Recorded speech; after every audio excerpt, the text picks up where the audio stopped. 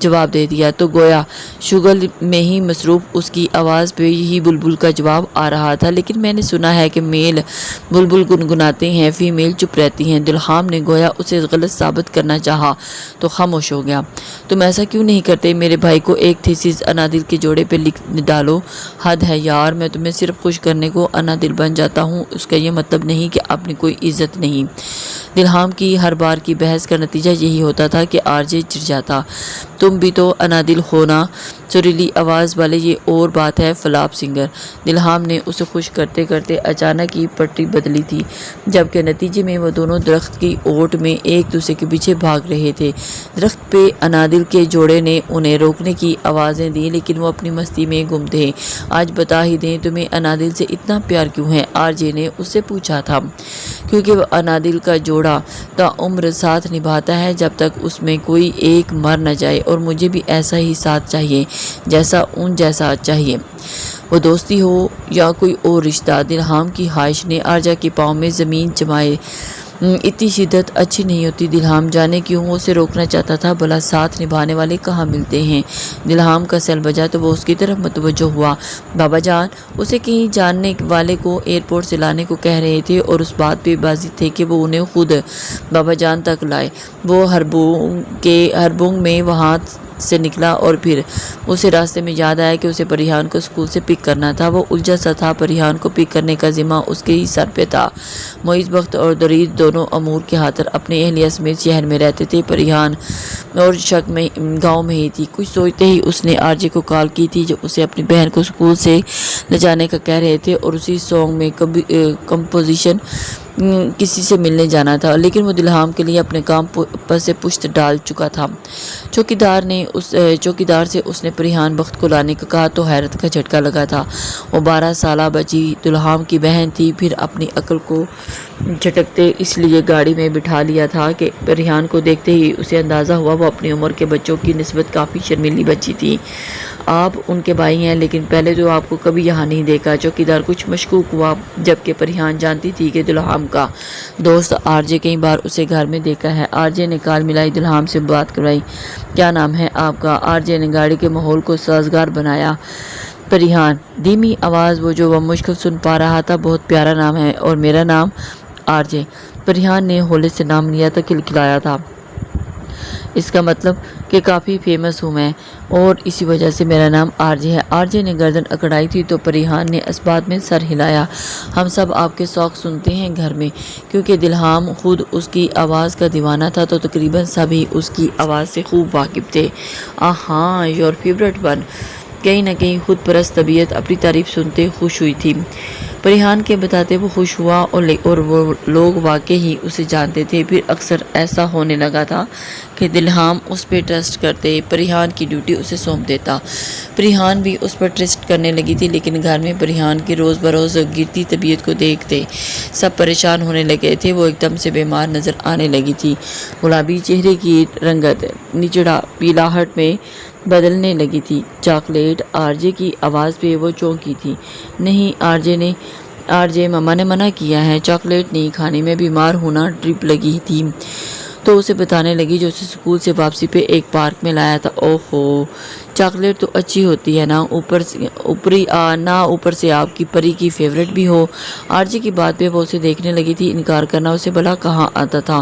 اسے چاکلیٹ تھام لی تھی۔ آر جے کا سیل بجا تو وہ چونک اٹھا۔ جہاں دلہام کی کال تھی وہ وہاں سے اٹھ گیا تھا۔ پریحان نے ادھر ادھر دیکھتے چاکلیٹ کا ریپر پھاڑتے چاکلیٹ اسے اسکول بیگ میں گرائی اور ریپر نیچے پھینک دیا۔ جانے کیوں اسے لگتا تھا کہ اس چاکلیٹ کو کھانے کے بعد وہ اور زیادہ ویک ہو جاتی ہے۔ دلہام بھیا کی کال تھی۔ میں نے اسے بتایا کہ پری کی طبیعت ٹھیک نہیں ہے تو میں اسے گھمانے لایا ہوں۔ وہ مسکراتے بینچ پہ اس کے ساتھ ٹکا تھا۔ پریحان نے اس بات میں سر ہلایا۔ چلیں گھر، ماما بھی پریشان ہوں گی۔ پریحان کی بات پہ وہ چونکا تھا۔ چاکلیٹ کا ریپر نیچے پھینک رہی تھی۔ آر جے نے اس بات میں سر ہلایا تھا۔ گاڑی میں بیٹھتے کمزوری کی وجہ سے اس اس پہ غشی تاری تھی اور وہ اسے راستے میں سو گئی تھی۔ پریحان کی جب آنکھ کھلی تو وہ حیران ہو گئی تھی۔ اس شیطان ہی میرا خدا ہے، میں اسی کی پرستش کرتا ہوں اور اسی کی خوشنودی میری کامیابی کے در کھولے گی، نعوذ باللہ۔ انجانی زبان میں کچھ بڑبڑاتا شخص یقیناً آرجے تھا۔ پریحان کو ایک دھچکا سا لگا۔ وہ دیکھ سکتی تھی کہ اس کی رگوں سے نچڑتا خون اس پتھر کے مجسمے پر پڑ رہا تھا جس کی پتھر پر ایک کنندہ تھی۔ جانے کیا ماجرا تھا؟ پریحان اس کو دیکھ کر بری طرح تلبلا اٹھی اور اپنے درد میں مکمل لوسفیر، شیطان کے بادشاہ، اے لوسفیر، یہ تمہاری ہی غلام ہے، اس کی قربانی کرو۔ اس پتھر کی طرف رخ کیے آرجے نے کہا تھا جبکہ اس کے گلے میں پہنے لاکٹ کو مضبوطی سے تھام رکھا تھا۔ کچھ دیر اس پراسرار سے ماحول سے گڑبڑاتے اس نے پریحان کو آزاد کیا اور اسے اٹھائے گاڑی میں آیا اور گھر کے قریب آتے اس نے پریحان کے چہرے پہ کچھ پانی پھینکا تھا، جس کے بعد اس کے حواس پوری طرح سے بیدار ہونے لگے تھے۔ گھر آتے وہ معمول کی طرح سوئی نہیں تھی بلکہ اس کے دماغ میں انجانے خدشے سر اٹھانے لگے تھے۔ اسے یاد آ رہا تھا کہ وہ چاکلیٹ کھانے کے بعد سو جایا کرتی تھی اور آنکھ کھلنے پر گھر آتی تھی۔ اس دن کے بعد آرجے نہیں آیا تھا اسے لینے، کیونکہ دلہام شہر سے واپس آ چکا تھا اور پریحان کا دل چاہا کہ وہ اسے سب بتائے، لیکن کہنے کی ہمت نہیں تھی۔ اور پھر پریحان نے درید کو اپنا ہمراز بنانا چاہا تو وہ بھڑک اٹھا تھا۔ اس نے یہ سب دلہام کو کیوں نہیں بتایا؟ پریحان اپنی بات پہ پچھتائی تھی۔ پھر ادھر آرجے کی ایلومناتی پرستش کام دکھانے لگی تھی۔ کچھ دنوں میں وہ میوزک انڈسٹری کا ایک بے تاج بادشاہ بنا تھا، جس کو حاصل کرنے کے لیے اسے کم سن خون کی ضرورت پڑی تھی، جسے وہ شیطان کے چڑھاوے دیتا تھا۔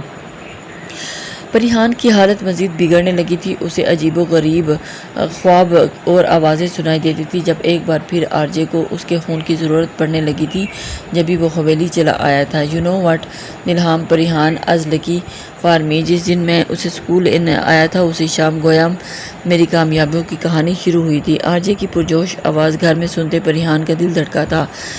یا شی از، دلہام کے چہرے پہ بہن کی محبت کا ٹھاٹھے مارتا سمندر موجزن تھا۔ میں چاہتا ہوں ایک بار ہم سب مل کر یہ خوشی سیلیبریٹ کریں، آرجے کی فرمائش پہ دلہام نے سر اس بات میں ہلا دیا تھا۔ وہ دوستوں کا دوست تھا اور جبکہ آرجے پہ تو اندھا اعتماد تھا۔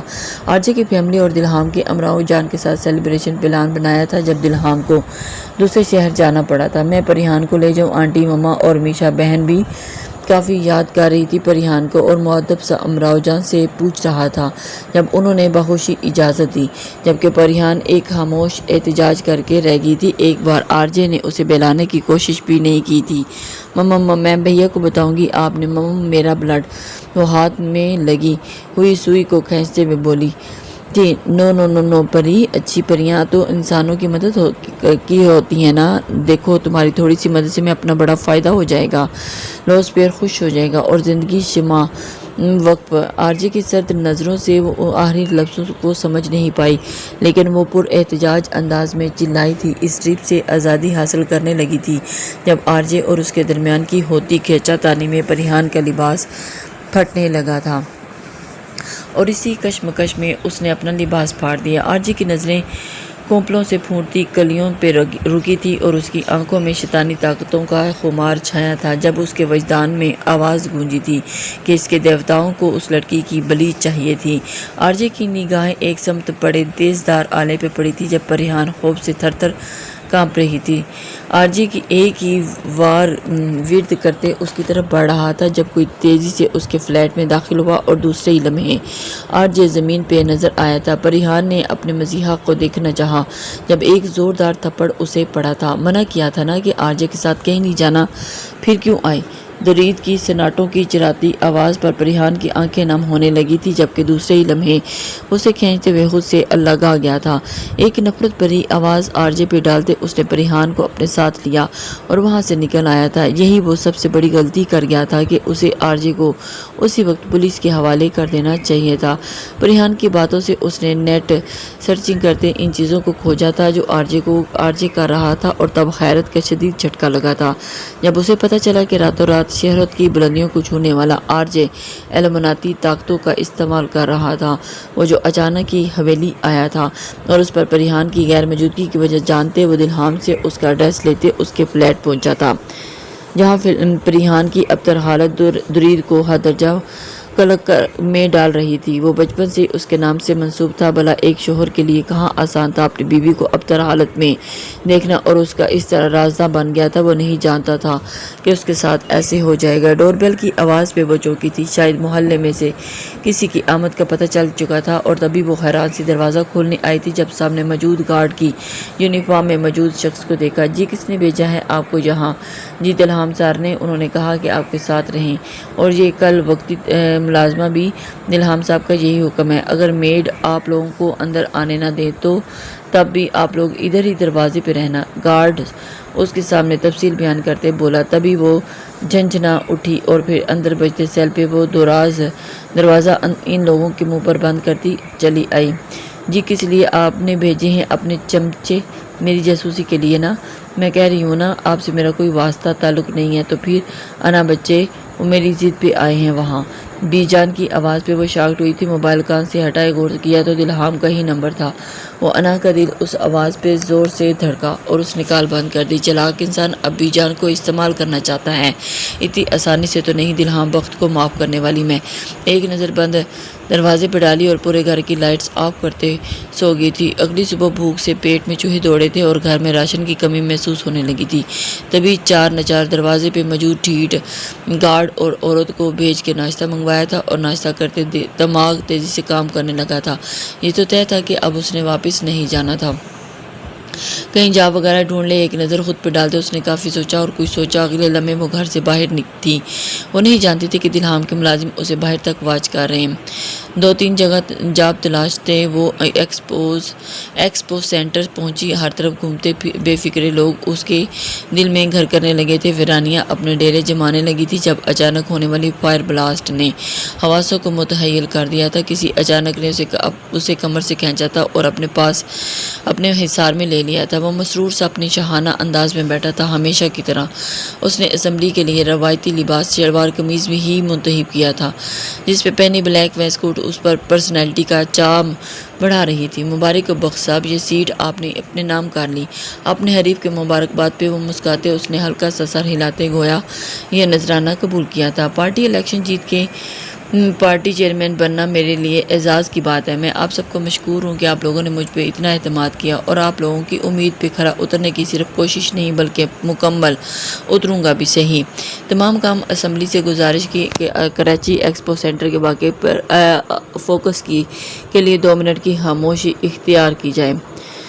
اسپیکر اسمبلی اس درمیان انٹرپٹ کرنے پر اسے خاموشی اختیار کرنی پڑی جب اس نے بیٹھتے ہوئے اپنے موبائل آن کیا، جہاں انا کے لیے رکھے گئے گارڈز کی کالز اور پھر ایکسپو سینٹر پہ موجودگی کی تصویر بھیجی گئی۔ ایک قیامت کا منظر ہی تو گزرا تھا، اور ہاں وہاں سے اٹھتے ہی اسپیکر کو کچھ کہتا تیزی سے باہر نکلا تھا۔ مائک آف ہونے کی وجہ سے کوئی بھی نہیں سن پایا تھا، اور وہ کیوں گیا تھا۔ خاموشی کا دورانیہ ختم ہوتے ہی سابقہ پارٹی چیئرمین کو اس کی جگہ بلایا گیا تھا۔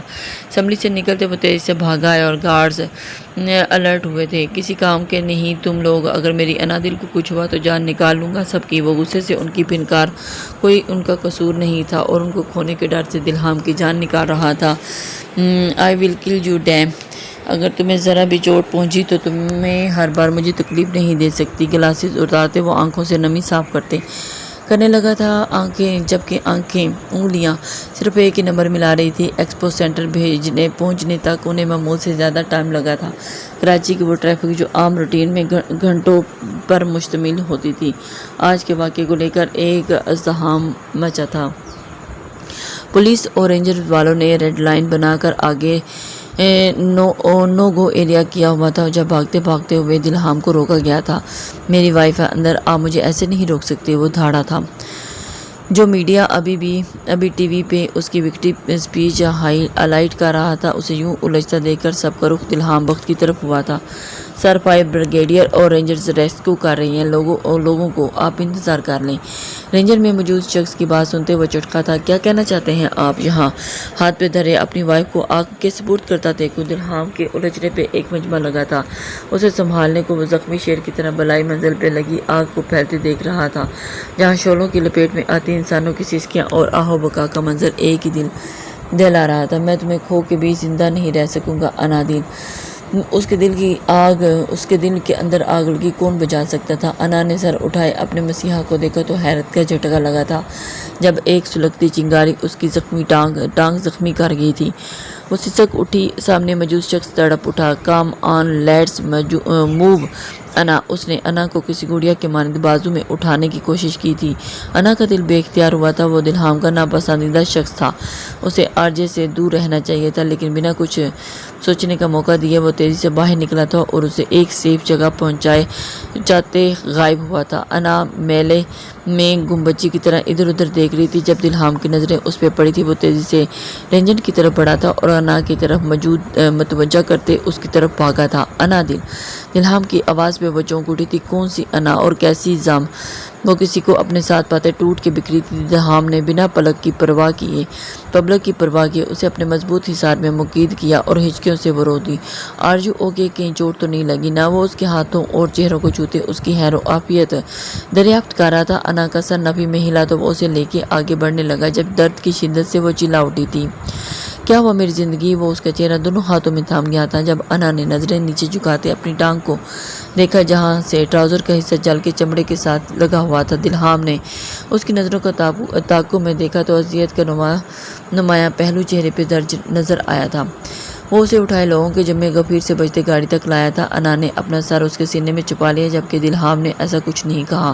یہ سب بے اختیاری کا عمل تھا۔ ہاسپٹل میں داخل ہوتے وہ اسے ایمرجنسی میں وارڈ میں لایا۔ انا کی درد کی شدت سے نڈال ہوئی اور بے چینی میں وہاں میڈیا اسے دیکھ کر حویلی والوں کا ٹارچر کر رہی تھی۔ وہ ٹھیک ہے نا درید؟ پلیز سب کو بتا دو۔ اذیت سے دانت چباتے اس نے مختصر نوٹ چھوڑا تھا جب ڈاکٹرز نے اسے انا سے ملنے کی اجازت دی تھی۔ وہ ابھی بھی بے ہوش تھی۔ بنا آہٹ ہی وہ کمرے میں داخل ہوا تھا اور گلابی پنکھڑیاں خاموش سی دل کو مزمحل کر گئی تھی۔ شرارت سے چمکتی بھوری آنکھوں کا بند ہونا دلہام بہت کو پسند نہیں آیا تھا۔ ہم لاگ پکارے دل سا اے وہ دل سادہ۔ دلہام من پسند شخص کی زبان سے اپنا نام سننا کتنا کہ جاں گزیں ہو سکتا ہے کہ اس کا اندازہ اسے اب ہوا تھا۔ اس کے لبوں سے نکلتا روح کا سکون بنا تھا دلہام کی زندگی۔ وہ اس پہ جھکتے ماتھے پہ اپنی زندگی کا احساس دلا گیا تھا۔ انا نے آنکھیں کھولی تو وہ آنسوں پہ پرنم تھی۔ میں ڈر گیا تھا انا دل، مجھے ڈر لگا تھا کہ میں تمہیں کھو دوں گا۔ دلہام نے کسی سہمے بچے کی مانند اپنا ڈر بیان کیا تو انا نے بھی بھیگی پلکوں سے اس کا جائزہ لیتے پھر آنکھیں موند لی تھی۔ وہ اسے بتا نہیں سکتی تھی کہ اس پر تو دلہام کو کبھی دیکھنے کا خوف طاری ہوا تھا۔ تم ٹھیک تو ہونا انا دل؟ درد تو نہیں ہو رہا؟ کہیں ڈاکٹر کو بلاؤں میں؟ وہ اسے دوبارہ آنکھیں موندے دیکھے وہ بے چین ہوا تھا۔ انا نے نفی میں سر ہلایا تو وہ مطمئن سا ان جھیل سی آنکھوں میں پانی چننے لگا تھا۔ شاید ان آنسوؤں کا نمکین ذائقہ کسی امرت جیسا تھا۔ انا پھر سے غنودگی میں چلی گئی تھی جبکہ وہ اس کا ہاتھ ہمیں بیٹھا رہا اور عذاب لمحوں کا شمار نہیں کر سکتا تھا جو اسے کھونے کے ڈر سے گزارے تھے۔ رات کی تاریکی میں کوارٹرز کی طرف بڑھتا وجود گہری رات نے چھپا لیا تھا۔ وہ جو ابھی دلہام سے بات کرتے کرتے سونے لگا تھا اور اپنے دروازے پہ ہوئی دستک پہ چونکا اٹھا تھا۔ تھوڑا چونکتے ہوئے چکنا ہوتے اس نے دروازہ کھولا تو جب وہ چادر میں لپٹا وجود تیزی سے کمرے میں داخل ہوتے کنڈی چڑھا گیا تھا۔ موسیٰ اس اچانک کارروائی پہ ہکا بکا تھا، تبھی وہ اپنے وجود کو عارضی ڈھال سے آزاد کیے وہ موسیٰ کے قریب آئی تھی۔ رمز کو دیکھتے موسیٰ کا دل چاہا کہ اسے کھینچ کے تھپڑ مار دے۔ یہ کیا حرکت ہے رمزی بیوی؟ کیوں آپ اپنے ساتھ ساتھ میری جان کی بھی دشمن بنی ہیں آپ؟ موسیٰ کے انداز حد درجہ تلخ تھا۔ تم اپنی بیوی سے ایسا رویہ کیسے اپنا سکتے ہو موسیٰ؟ وہ نین کٹور بھرے بولی تو اس کی آنکھوں میں دیکھتے موسیٰ بے اختیار نظریں چرائی تھی۔ رمز اس کے سینے سے آ لگی تھی۔ بابا جان اپنے شہر والے دوست کے بیٹے سے میرا رشتہ فائنل کر رہی ہیں موسیٰ، وہ بھرائی ہوئی آواز میں کہتے موسیٰ کی طرف موسیٰ کے امتحان لینے لگی۔ میں جانتا ہوں بی بی صاحب جلد ہی یہ کاغذی رشتہ ختم ہو جائے گا اور میرا کیا قصور ہے؟ موسیٰ جس نے نکاح کے 2 بول کے ساتھ ہی تم سے محبت کرنا شروع کر دی تھی، اتنے ظالم نہ بنو۔ وہ مضبوطی سے اس کے سینے پہ ہاتھ جمائے بولی تھی۔ مہندی کے میٹھے نقوش بلب کی روشنی میں دہمکتا ہوا اس کا سنہری مکڑا موسیٰ کے لیے امتحان بنتا جا رہا تھا۔ آپ کا قصور ہے بی بی جان کہ آپ اپنے سے کم حیثیت شخص سے بڑی امیدیں باندھی ہیں۔ موسیٰ کا انداز حد درجہ تلخ اور رمز سے اٹھی، میں تمہارے بغیر نہیں جی سکوں گی موسیٰ۔ وہ اس کا ہاتھ اپنے لبوں سے مس کرتی ہوئی بولی جب ایک دم اس سے دور ہوا تھا۔ اب میرے ساتھ رہ کے بھی نہیں جی پائیں گے رمز بی بی، وہ تلخ حقیقت بیان کرتے ہوئے رخ موڑ گیا تھا۔ رمز کچھ دیر اسے دیکھتی رہی تھی اور پھر واپس مڑ گئی۔ موسیٰ کے دل میں کہیں نہ کہیں وہ معصوم دل توڑنے کا دل ملال جاگ اٹھا تھا اور سر جھٹک گیا، اور جس راہ جانا نہیں چاہتا تھا اس کے سفر کا سوچ کے پریشان ہونا کیسا۔ رات کی تاریکی اپنے راز لیے منتمل ہو گئی تھی۔ جب صبح اسے آرڈر ملے کہ اسے رمز بی بی کے ساتھ شہر جانا ہے، اسے اس کی دوست کے پاس ملنے کے لیے، وہ مؤدب سا ٹھہرا تھا، اور جیسے ہمیشہ رمز اور ریحان بی بی ایک ساتھ ہی، تو عید کے جانے کے بعد وہ اکیلی پڑ گئی تھی۔ راستہ خاموشی سے کٹا تھا۔ گزری شب کی کوئی بات درمیان نہیں آئی تھی۔ اس کے دوست کے فلیٹ کے سامنے اتارے وہ ویٹ کرنے لگا، جب کچھ دیر بعد رمز کی کال آئی تھی۔ اسے امپورٹڈ کام ہے آج ہے۔ موسیٰ سر ہلائے اندر آ گیا، اور اکثر ہی کوئی سامان وہ اندر بلا لیا جاتا تھا۔ موسیٰ کے اندر داخل ہوتے اسے گھر میں سناٹوں کا احساس ہوا تھا۔ رمز بی بی، وہ اسے پکارتا آگے بڑھا تھا۔ جب دروازہ لاک ہونے پہ وہ چونک اٹھا تھا، واپس مڑ کے دیکھا تو گویا خبر سے چہرہ سرخ پڑا تھا۔ یہ کیا طریقہ ہے رمز بی بی؟ وہ رخ دوسری طرف کیے دھاڑا تھا، کیونکہ رمز اس حالت میں نہیں تھی کہ وہ اسے دیکھ پاتا۔ تم مجھ سے نظریں کیسے پھیر سکتے ہو موسیٰ، حالانکہ تم پہلی بار؟ رمز بی بی، آپ کا بہت زیادہ ہو رہا ہے۔ میں ابھی دلہام سر کو سب سچ، یہی تو میں چاہتی ہوں کہ موسیٰ سچ تمہارے منہ سے سب کے سامنے آئے۔ اس کے کندھوں سے جھولی تھی۔ موسیٰ نے سختی سے آنکھیں میچی، اور رمز کا اہانت کے احساس سے چہرہ سرخ پڑا تھا۔ وہ تیزی سے کچن کی طرف بڑھی تھی۔ آنکھیں کھولو موسیٰ، ورنہ میں اپنی نبض کاٹ لوں گی۔ وہ دیوانی سی چلائی تھی۔ میں اس گناہ میں شامل نہیں ہو سکتا رمز بی بی، اپنی امانت حویلی کے حوالے کروں گا اور نکاح سے آزاد کر دوں گا۔ وہ زخمی سی چلائی تھی۔ چھپا ہوا نکاح کسی گناہ کی مانند ہوتا ہے؟ ہنوز رخ موڑے وہ جواب دے رہا تھا، جبکہ وہ تیزی سے اس کے سامنے آ رکی تھی۔ سلیو لیس گاؤن پہنے وہ اتنی بھی قابل اعتراض حالت میں نہیں تھی کہ اس سے نظریں چراتا، لیکن ابھی وہ نہیں جانتی تھی کہ اس کے وجود سے چھلکتی رنگینیاں موسیٰ کے لیے امتحان بننے لگی تھی۔ موسیٰ، وہ دھاڑی تھی۔ جبکہ موسیٰ نے آنکھیں کھولی تو وہ تیز دھار آلہ ہاتھ پہ جمائے اسے بھرپور بلیک میل کر رہی تھی۔ آپ بہت غلط کر رہی ہیں رمز بی بی، موسیٰ نے ہار مانتے کہا تھا، اور وہ سمجھ سکتا تھا کہ رمز کا یہ ٹریپ تھا جو اسے حویلی میں میسر نہیں آنا تھا۔ تبھی اس نے اپنے دوست کے فلیٹ کی چابی لیتے اسے حال ہی گھر میں بلایا تھا۔ تم تو سب ٹھیک کر دو نا؟ وہ برہنہ بازو اس کے گلے میں ڈالتے ہوئے بولی تھی۔ موسیٰ کے قدم لڑکھڑائے تھے، اور بندہ بشر تھا، جبکہ سامنے موجود لڑکی اس پہ پورا حق رکھتی تھی۔ اور پھر آئی لو یو وہ محسوس کر رہا تھا، اور بوجھل سانسوں میں فرمائش چڑھی تھی، جبکہ اس کے شوز پاؤں پہ رکھے، اور اس کے مقابل تھی۔ وہ عمر میں بھی موسیٰ سے کافی چھوٹی تھی، طبی جذباتی بھی تھی۔ وہ فائدہ اٹھانے والوں میں سے نہیں تھا، لیکن لمحوں کی گزارشات کو رد نہیں کر پا رہا تھا۔ تبھی اس کی پیشانی پہ لب مس کرتے ہوئے پہلی بار اس نے اپنے رشتے کا استحقاق استعمال کیا تھا۔ وہ کھل اٹھی تھی، جبکہ کچھ غلط کرنے کا احساس اسے کچوکے کھانے لگا تھا۔ وعدہ کرو میں جب کبھی پکاروں گی تو تم آؤ گے؟ رمز نے اس کی آنکھوں کی پیشانی سے فائدہ اٹھاتے ہوئے اٹھانا چاہا تھا۔ جی آؤں گا، آپ یہ پھینک دیں رمز بی بی، آپ کو چوٹ لگ سکتی ہے۔ موسیٰ نے خوفزدہ سی نگاہیں اس کی تیز چاقو پہ ڈالی تھی۔ ہاں دیکھو، اس کی وجہ سے تم میرے کتنے قریب ہو، میں اسے پھینک کے ناشکری نہیں بن سکتی۔ رمز کی آنکھوں میں تپش موسیٰ کو پگھلانے پہ مائل کر رہی تھی۔ تبھی تو وہ اسے اپنے مکمل حصار میں لیے لب اس کی گردن پہ ٹکا گیا تو رمز بے جان ہوئی تھی۔ دل پوری شدت سے دھڑک اٹھا تھا۔ یہ ڈیمانڈنگ لمس نہیں تھا، شاید اس لیے موسیٰ نے اسے کمزور پڑتے دیکھتے ہی اس کا ہاتھ جھٹکا تھا، اور دوسرے لمحے اس کا ہاتھ خالی تھا۔ چلے رمز بی بی، دیر ہو جائے گی۔ میں چینج کر لوں، وہ نظریں چراتے بولی تھی۔ بہتر یہی ہے، موسیٰ نے آہستگی سے اسے اپنے حصار سے نکالتے کہا تھا۔ وہ تیزی سے اندر کی طرف بڑھی تھی، جبکہ اسے چہرے پہ رگڑتا ہوا آیا ندید پسینہ صاف کرنے لگا تھا، جبکہ ہاتھوں نے لبوں کو سختی سے جکڑا تھا۔ جو ہو رہا تھا غلط تھا، اور اس کے ہاتھوں کو بلیک میل ہوتا رہا، اور جلدی دلہام کو اس کے بارے میں بتانا تھا۔ وہ اسے لے کر کراچی والے بنگلور آیا تھا، جبکہ انا کی ہار مانتی خاموشی محسوس کر رہا تھا، لیکن چپ تھا۔ کچھ اسپیشل بنواؤ؟ لنچ میں اس کے پاس بیٹھا پوچھ رہا تھا۔ انا کے لیے یہ حیران کن تھا کہ وہ اس کو لے کے بہت کیئرنگ تھی، لیکن اتنا سب کچھ ہونے کے بعد بھی وہ پھر سے دلہام بہت اس کے لیے چونکا دینے والا تھا۔ اور پھر کچھ بھی کھا لوں گی، لائٹ سا اسے دلہام کے سامنے جو اپنا لیٹ نہ نظریں چرانے پہ مجبور کر رہا تھا۔ اوکے، میں مائی کو بھیجتا ہوں، وہ یہ ڈریس چینج کرنے میں تمہاری مدد کریں گے۔ دلہام نے اس کے رخسار پہ اپنی انگلیاں تھپتھپاتے ہوئے کہا تھا۔ انا اسبات میں سر ہلا گئی تھی۔ نامحسوس انداز میں وہ دونوں ایک دوسرے سے خفا تھے۔ گزرے لمحوں کی کوئی درمیان میں بات نہیں لا رہے تھے۔ مائک آتے ہی اس نے ہاسپٹل کے کپڑوں سے جان چھڑوائی جو اسے سرجری کے دوران پہنائے گئے تھے۔ حیرت اس بات کی تھی کہ دلہام بھی اس کے لیے ویسے ہی ڈریسز لایا تھا جو اس کی چوٹ کا معائنہ سے ہوتا رہی، اور اس کے بعد دوبارہ کمرے میں آیا تو اسے اپنے لمبے چوگے میں کو گھور رہی تھی۔ لوکنگ واؤ، جانتی ہو ترکش خواتین ایسے ہی لباس پہنتی ہیں، تمہیں پسند ہے نا ان کی ڈریسنگ؟